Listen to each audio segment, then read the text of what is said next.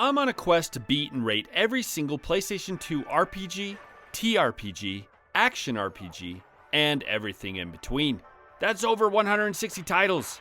After I beat a game, I'll be making a video where I go through the 10 things I liked and 10 things I did not like in my playthrough. I'll also be giving each game an overall rating and comparing it to the other completed titles. If you want to see my full playthrough, check out my second channel, Low Cloud Aim Gameplay. Now let's get started. Made in heaven.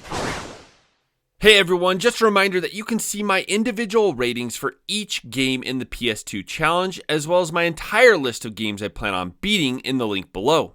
Also, a big thanks to my brother Chapo for suffering through this title with me.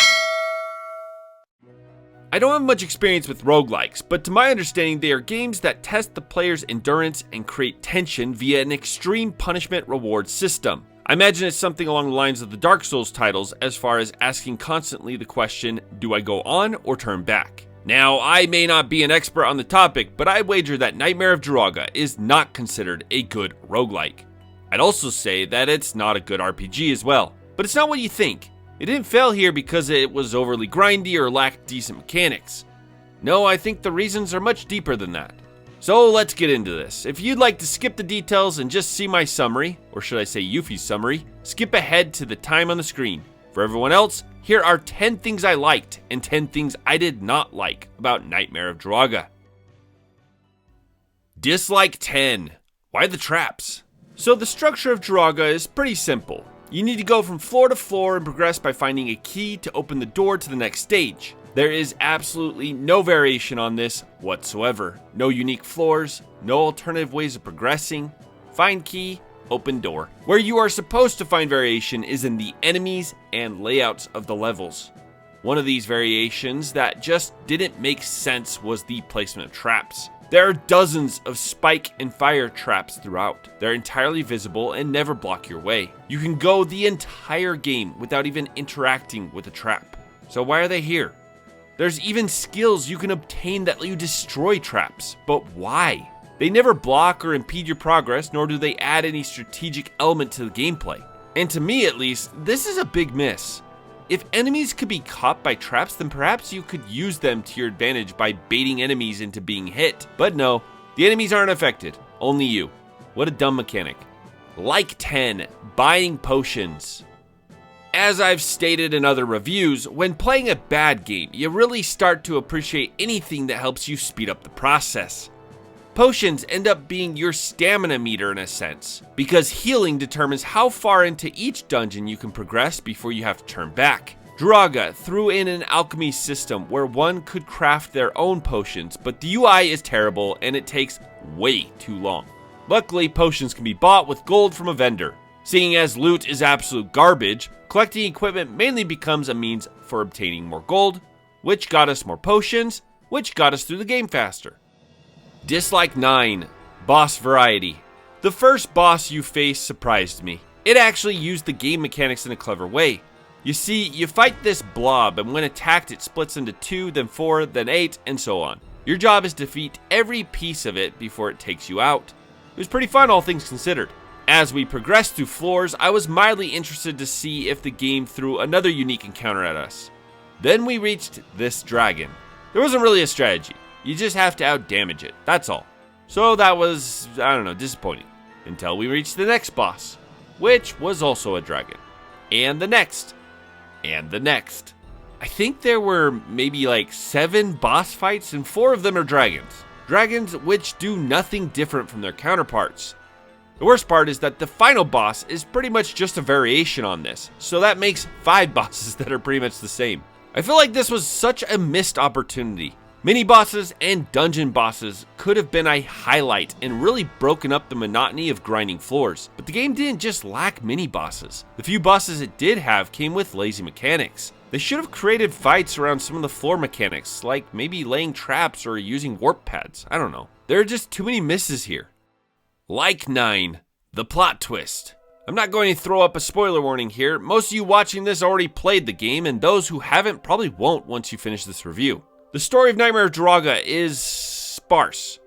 There isn't much meat on these bones, but midway through the game, Druaga actually throws a decent plot twist at you. You see, the player character, Gilgamesh, has to venture into the dungeons below the city to find his fiancée, Lady Key. She's disappeared after going after a magic rod or, I don't know, something. Anyway, as you venture, you run across a sorceress named Scold. She's trying to stop you from rescuing Key's body, which is now encased in crystal. Some stuff goes down and you end up killing Scold, only to find out that Scold is Key from the future. You see, apparently in the original game, Key was implanted with some sort of seed that attracts monsters, but due to the protections of the goddess Ishtar, the seed's power is contained. If she marries Gil, though, and assumedly, loses her virginity, she'll lose that protection and bring on the end of the world. I guess when this title is named Nightmare of Druaga, it's because Gil, Key, and Scold, who is Key from the future, are stuck in a never-ending time loop where Scold abducts Key, Gil kills Scold, and Key disappears. I thought it was clever. Had the narrative's pace not been obliterated by hours of floor hopping and I had knowledge of the first title, then I think it would have been engaging. Dislike 8. Appraising items and the inventory system. I'm not going to waste yours or my time overly explaining this point. Similar to much better games like Diablo or Dragon's Crown, you get items that are marked with question marks. If taken to town or if you use a specific item, you can appraise said item and see its stats. The UI and inventory for items is abysmal, one of the worst I've dealt with in this challenge so far. It's cumbersome, slow, and everything takes way too long to do. Like 8, enemy debuffs. I believe that most RPGs fundamentally get buffing and debuffing wrong. Let's give you a few examples. We'll start with some bad ones. In Xenoblade Chronicles 3, you can obtain classes that are built entirely around debuffs. The debuffs lower stats and can be devastating, which is why late game enemies have a ridiculously high resistance to them, making the classes rather obsolete. Here's another one. Most debuffs in Final Fantasy actually make you unable to play the game. No mechanic should punish the player by removing their ability to engage with the battle system. Alright, now here's some good examples. Final Fantasy 13 does debuffs right. Saboteurs can throw on dozens of debuffs, and the game's mechanics are built around this. It's almost implied with most difficult boss battles that the enemy needs to have debuffs on them. Here's my last example. In Shadow Hearts Covenant, the player uses a ring to determine not just the amount of times a player character will attack, but if they will crit as well. Debuffs force the player to use a sped up ring, a small ring, or an invisible ring. All of these don't take the player's ability to actually play the game away, it just makes it more difficult. If a debuff is pretty much useless in fights that matter, or take away the player's ability to, play the game, then it's a bad debuff. If debuffs aren't something that breaks the hardest battles, but can assist the player in a meaningful strategy, or a debuff introduces new, more challenging mechanics for the player, then they are good debuffs. Now, barring that every example I used, even the bad ones, come from much better games, Nightmare of Druaga has good debuffs, at least from the enemies. Gilgamesh can get hit with a debuff that makes him spin around. In order to attack the enemy, you now have to time your attacks just right. He can also get transported to a random place on the map. Sometimes this is bad, and every once in a while, it plays in your favor. Either way, I was legitimately impressed with the enemy debuffs. Dislike 7. Getting told off by the goddess. I still don't exactly understand what happened here. I've came to the conclusion that emulated save states had something to do with it. But there is a very strange mechanic built into Nightmare of Druaga. So if you try to manipulate your memory card in any way, I think even if you save in a dungeon, upon booting up the game, you will be greeted by the goddess Ishtar. The strange part of this is that she's not speaking to Gilgamesh during this scene. She's speaking to the player. She's literally breaking the fourth wall and addressing you, the player, directly. And man, it is just strange. She makes you promise over and over and over again that you won't do what you did, that you won't cheat or anything. Although I still don't understand what we did wrong. And don't go thinking I've edited this gameplay or pieced some stuff together. This is exactly what happened. This went on for minutes, and all it did was serve to annoy my brother and I. I am not sure what this mechanic was trying to accomplish, but chewing out the player character for playing your game is certainly not the best creative choice. Like 7. A direct sequel. Tower of Druaga is a very old arcade game made in 1984. I don't have any experience with this title, and I imagine that by the time Nightmare of Druaga came out on the PS2, the 80s generation wasn't playing video games. But I do have to give Nightmare of Druaga props for being a direct sequel to its arcade counterpart. And when I say sequel, I mean sequel. There are references here that only the most hardcore of Tower of Druaga fans will catch, and the game does newcomers no favors. Now, seeing as the story is very light, this doesn't hamper your experience. Really, the only issue that you're left scratching your head at is some of the past references. But if there was a hardcore Druaga fan out there, I'm sure the announcement of this title was very exciting. Oh, and there's an anime of Tower of Druaga, which I tried to watch, but well, it's not very good. Dislike 6. The ending. The ending of Nightmare of Druaga is my least favorite kind of video game ending. I very much dislike vague endings to games. I hate when a game throws up some credits and a few scenes before directing you to the post-game as if nothing significant happened. The word ending implies that there is a conclusion. Post-game content shouldn't ride on the fact that your ending was unsatisfying, and in order to see the, quote, true ending, end quote, you need to play some more content. Post-game content should be there for any player who reaches the satisfying climax but just wants more. Druaga gives you some lame conclusion where you don't even see Gilgamesh and Ki marry each other. Credits roll and then you are told that there is an even larger dungeon you need to conquer. This was a hard pass for me. If your game sucks, why would I keep playing it? I reached the bare minimum of this challenge by beating the final boss, and that's where things are going to stay. Like 6. The Succubus Battle. When I first picked up this title, I was a little worried if I'm being honest. Roguelikes are notoriously difficult and have always struck me as a hardcore gamer genre. Surprisingly, Nightmare of Druaga was not a difficult title at all. The hardest part of this game are all the random wisps that can lower your HP to 1 in a single hit. Nothing else was particularly challenging. Then we got to the second to final boss in the game, Succubus. A disappointingly not boobish villainess who is here for 2 reasons. First is to give you absolute lore diarrhea, explain the plot and its events in excruciatingly long detail. And second, to be the single best and most challenging boss in Druaga. You see, Succubus can warp around the battlefield, summoning high-level enemies and performing massive AoE attacks that give you different status elements. Fighting her was kind of like playing a game of chess. You had limited visibility, so deciding which direction to go in order to find and attack her could be a gamble. All the while, you're using every skill in your arsenal to fend off the enemies while you do so. We enjoyed the challenge, and the fact that the final boss, which comes immediately after, is incredibly lame only solidifies Succubus as the best boss in this title. Dislike 5. Side quests are completely irrelevant. I made this same point in my Puzzle Quest review, but you know your side content is terrible when there's just no reason to engage with it. There are side quests in Druaga that, if taken, strip you of your equipment and require you to head on either a fetch quest or some other nonsense. For a bad game, this is a major red flag.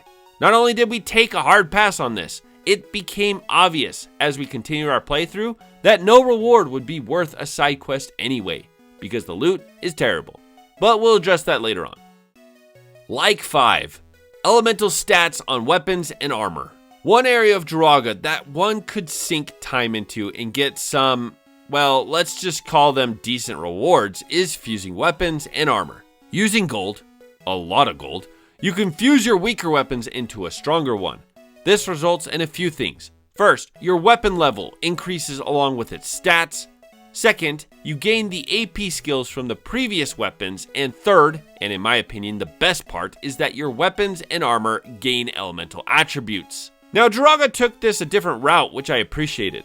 There are 6 elements, with each having its opposite. Fire is opposite to water, ice for some strange reason is opposite to thunder, and light is opposite to dark. What's kinda cool about this is that you can only increase an opposite element, meaning that if you increase your fire resistance on your armor, you lose your water resistance. This forces you to choose 3 main elements to buff, as those 3 are the only ones you can. It's just a cool feature that I appreciated during my playthrough. Dislike 4. Equipment variation. You know, I'm not entirely sure that the developers of this title understood why people play roguelikes. I feel like they just saw the original title and thought, that looks interesting, let's make a sequel. The entire reason someone would keep jumping into a 60-floor dungeon is for the loot. I mean, come on. And one important factor of loot that is severely overlooked by game developers even to this day is the aesthetics. Finding a stronger sword is cool. Finding a stronger sword that looks different than previous swords is even cooler. Druaga drops the ball completely here. The weapons suffer from variety, most looking absolutely the same with some palette swaps. The armor is the most egregious sin though. There are, count them, only 4 armor set variations as it shows. Nothing makes you feel stupider than waltzing around a dungeon looking like your mom finally let you dress yourself. This is so disappointing and I don't even know what to say here. I had the same complaint with Baldur's Gate Dark Alliance. Please, make my hero look cool. Thankfully, like number 4, the Hyper Armor set. We got the armor from the cover art towards the end of the game, and that at least let us go up against Druaga in style. This shows that the devs had the capability to create decent looking armor and chose not to, which is disappointing, but whatever. Dislike 3, bit my tongue. Dislike 3, AP skills are disappointing. I mentioned that weapons and equipment give you AP skills. These skills range from being able to destroy traps to giving extra stats, but they all kind of suck. I mean, each has a use during your playthrough, but this mechanic was an absolute swing and a miss. My brother and I kept waiting to get a skill that allows us to attack twice, or a skill that could heal us. But instead, we just got a variety of damaging skills that essentially did the same thing. Honestly, I think they could have done so much better here. How about a skill that points you in the direction of the key, or a skill that reveals all the enemies on the map? Unfortunately, there just weren't any clever usage of this game's skill system. Thankfully, like 3, Violent Twister. We got Violent Twister, the most useful AP skill we found. This bad boy lets you do a 360-degree attack and got us out of some sticky situations. We end up starting the final boss over because we swore we would kill him using this skill and we missed it the first time. The funniest part is the name. Try screaming Violent Twister and not sound like a Dragon Ball Z character. Dislike 2, the hidden gold and silver chest criteria. Nightmare of Druaga made some interesting choices during development. Things like having the goddess chew out the player, using repeated bosses, and not giving the player any useful AP skills. But the one choice that did make sense are the criteria around finding the floor's hidden gold and silver chests. Every floor contains a silver chest which you can get on your first go around, and a gold chest which you can get the second time you visit the floor. These chests are locked behind certain criteria specific to the floor. For example, in order to get the jet boots, you need to take 150 steps. Now, none of what I said is really that bad. In fact, it's a pretty cool mechanic. Sure, some of the criteria is a bit random, but none of it was asking too much of the player. But here's the issue. Those 2 examples, along with every floor's mechanic, is hidden to the player. When you reach a new floor, you have no idea how to unlock the silver and gold chests. Now think about this for a second. On floor 7 of Tower Druaga, you need to kill 3 enemies with 1 attack. This means you would need to have a skill like Violent Twister. You can't use magic items to accomplish this, and the 3 enemies you kill must be the first enemies you kill. Screw any of that up, and you miss out on the silver chest this go around. How is a player supposed to figure this out? Obviously somebody did because there are guides on the internet, but even those aren't 100% sure about the requirements. It is ridiculous that at the beginning of each floor, the criteria isn't given to the player. My brother and I didn't even realize this mechanic existed until nearly the end of the first dungeon. In such an incredibly boring game, why not give the players something more to do on each floor? Even when you know the criteria, it's not like the requirements aren't challenging. Some of them are difficult, and we had to retry them. This is straight up a terrible gameplay decision. Like 2, the agility mechanic. Now, that may have been bad game design, but the agility mechanic is not. This simple feature manages to create a whole host of tactical possibilities. When facing off against enemies, 2 colors will appear under your opponent. Blue indicates that they are slower, while red indicates they are faster. This means that when you hit the attack button, the fastest person will damage first, the slowest damaging second. Now, on the surface, this may not sound like much, but this is a roguelike. Every space you move is a turn, and at the same time is a turn for the enemies. If you're going up against a faster enemy and there are a few spaces ahead, You can guess what square they'll land in and preemptively attack that square. If you attack the right square, the faster enemy will move into it, and you'll get to hit them with an attack. If you're up against a slower enemy and have low health, but know you can kill them with one hit, you can attack knowing that your attack will land before theirs. If they die from that attack, obviously theirs won't land. It's a simple mechanic, but one that if taken away would have made this game much, much worse. Dislike 1. The loot. Why?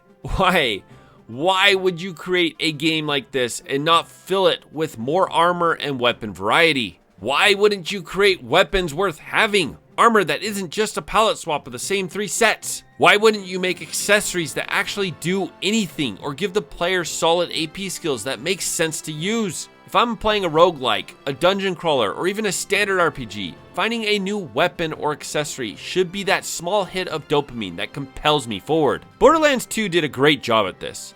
Sure, you got a lot of useless guns, but you received enough solid loot that anytime you found a treasure chest, it was exciting. Nightmare of Druaga drops the ball so hard here that I wonder if they ever had it in the first place. There is just nothing driving the player forward. We used 2, count them, 2 weapons in our entire playthrough. A claymore and a hammer. We found nothing that surpassed the usefulness and damage of these weapons. We found a few different pieces of armor through our playthrough, but again, they just looked like this the whole time until we got the hyper armor set. What an absolutely disappointing realization that loot is useless. And the only thing driving you forward in this title is the thin plot and, well, beating the title. Like 1. Gold and silver chest hunting. The most fun my brother and I had in Nightmare of Druaga was hunting for chests. I found an awesome guide from Nyrexine on GameFAQs, which had the hidden chest mechanics for every floor. Early on, we hunted every chest on every floor, but when we realized that loot was useless 99% of the time, we only hunted down the rewards we thought were worth our time. This was surprisingly fun. The criteria is difficult, but if you know what to do, figuring out how to do it is really the only challenge we faced. There isn't much to like in this title, but treasure hunting, even for bad loot, is pretty fun all things considered. I'll link Nyrexine's guide in the description of this video. Nightmare of Druaga is not a good game. I think I'll summarize it this way. Take it away, Yuffie. I am so bored right out of my brain. If I don't die first, bet y'all go insane. 'Cause I've got nothing else to do. I'm stuck here wasting time. But just wait, oh materia, I'll get back on the road and make you mine.